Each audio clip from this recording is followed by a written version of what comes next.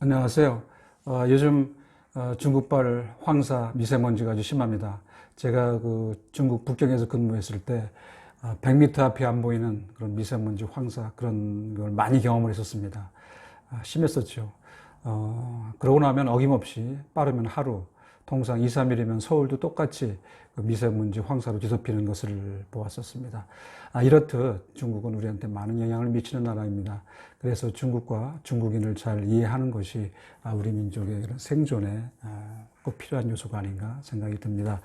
이 시간 중국에서 겪었던 에피소드를 통해서 중국과 중국인을 알아봅니다. 중국 주재 15년 동안 많은 중국인을 만났습니다. 관료라든가 중국 공무원이라든가 또 인민해방군 장교, 또 변호사, 교수, 노동자, 각계각층의 사람들을 만났죠. 그중 일부는 지금도 가끔씩 연락을 하고 있습니다.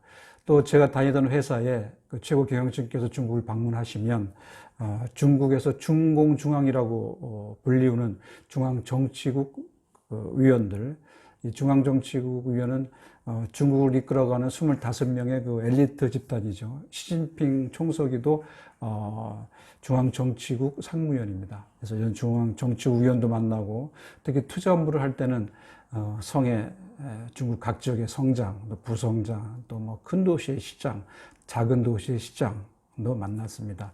또한 각 조직 내 서열 1위인 중국 공산당 위원회 서기도 만났습니다.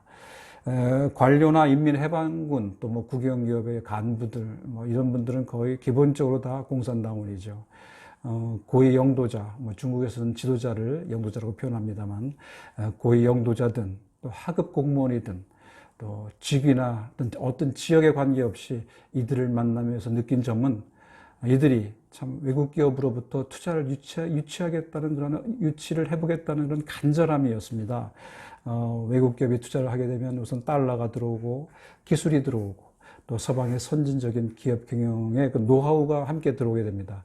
중국에 공장이 세워지니까 상품이 넉넉해지고 그러면 수출이 증가하고 그러면 고용이 또 증가하게 되죠. 계획 경제로 낙후된 중국 경제를 부흥시키기 위해서는 달러가 필요하고 기술이 필요하고 또 기업을 키우는 것이 급선무다라고 하는 것을 잘 깨닫고 있는 것이죠. 투자 업무는 통상 투자 유치 지역의 그 공무원들과 식사를 시작으로 시작됩니다. 국영호텔 내 그 좋은 식당이나 또는 영빈관에서 접대를 하는데 식사를 정말 정성스럽게 준비합니다.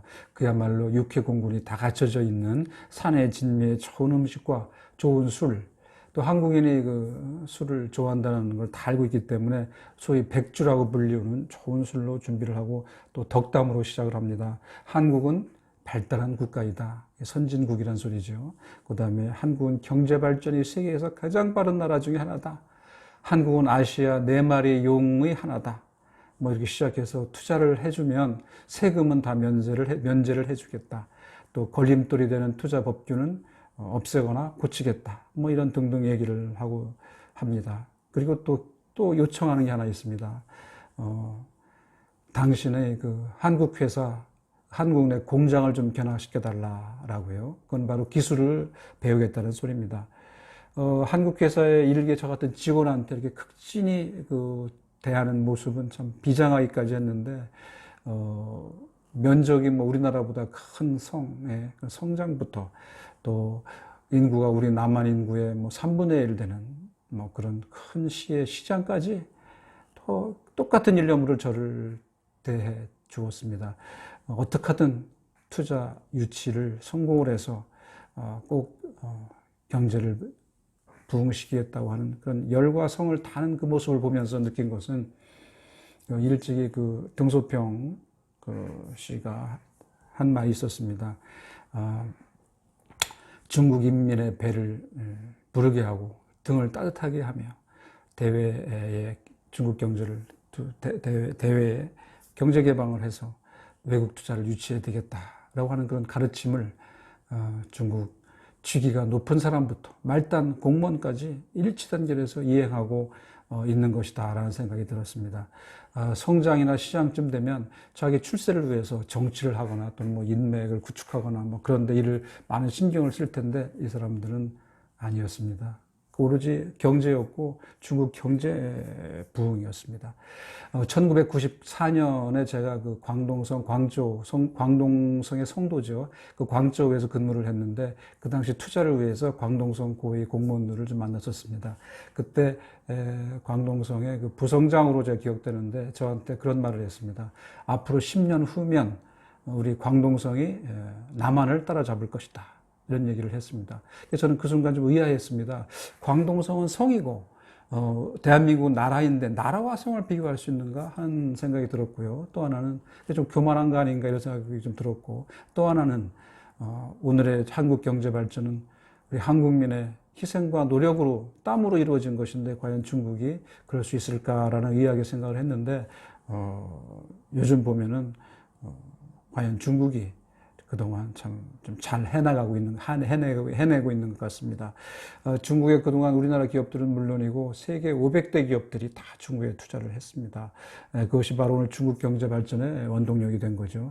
이제 중국은 사람들에게 필요한 모든 제품을, 거의 모든 제품을 만들고 있고 그것도 잘 만들고 있고 싸게 만들고 있습니다. 이 얘기는 뭐냐? 우리 한국이 세계에 팔을 수 있는 물건이 점점 줄어드는 게 아닌가 그런 염려가 된다는 뜻이 되겠죠. 얼마 전 뱅크 오브 아메리카 미국은행이 6, 7년 뒤에는 중국이 미국을 제치고 세계 1위의 경제 대국이 된다는 전망을 했죠. 물론 공산당에 대해서 부정적인 시각도 있습니다. 뭐 부패, 또 뭐 빈부격차, 뭐 이런 것도 있습니다. 하지만 제가 중국에서 비즈니스를 통해서 느낀 것은 중국의 엘리트인 9천만 명의 공산당원이 한 가지 생각, 다시 말해서 중국을 세계의 강국으로, 세계 1위의 강국으로 발전시키고 말겠다고 하는 하나의 생각으로 똘똘 뭉쳐 있다는 것입니다. 물론 우리나라도 과거에 전 국민이 똘똘 뭉쳐서 오늘의 경제 발전에 이룬 바탕이 되었죠. 중국도 마찬가지로 좀 똘똘 뭉쳐 있고 이것이 바로 중국 공산당의 힘이고 중국의 힘이 아닌가 생각이 듭니다. 오늘 준비는 여기까지고 다음 시간에는 좀 더 재미있고 더 유익한 내용을 가지고 만나 뵙도록 하겠습니다. 감사합니다.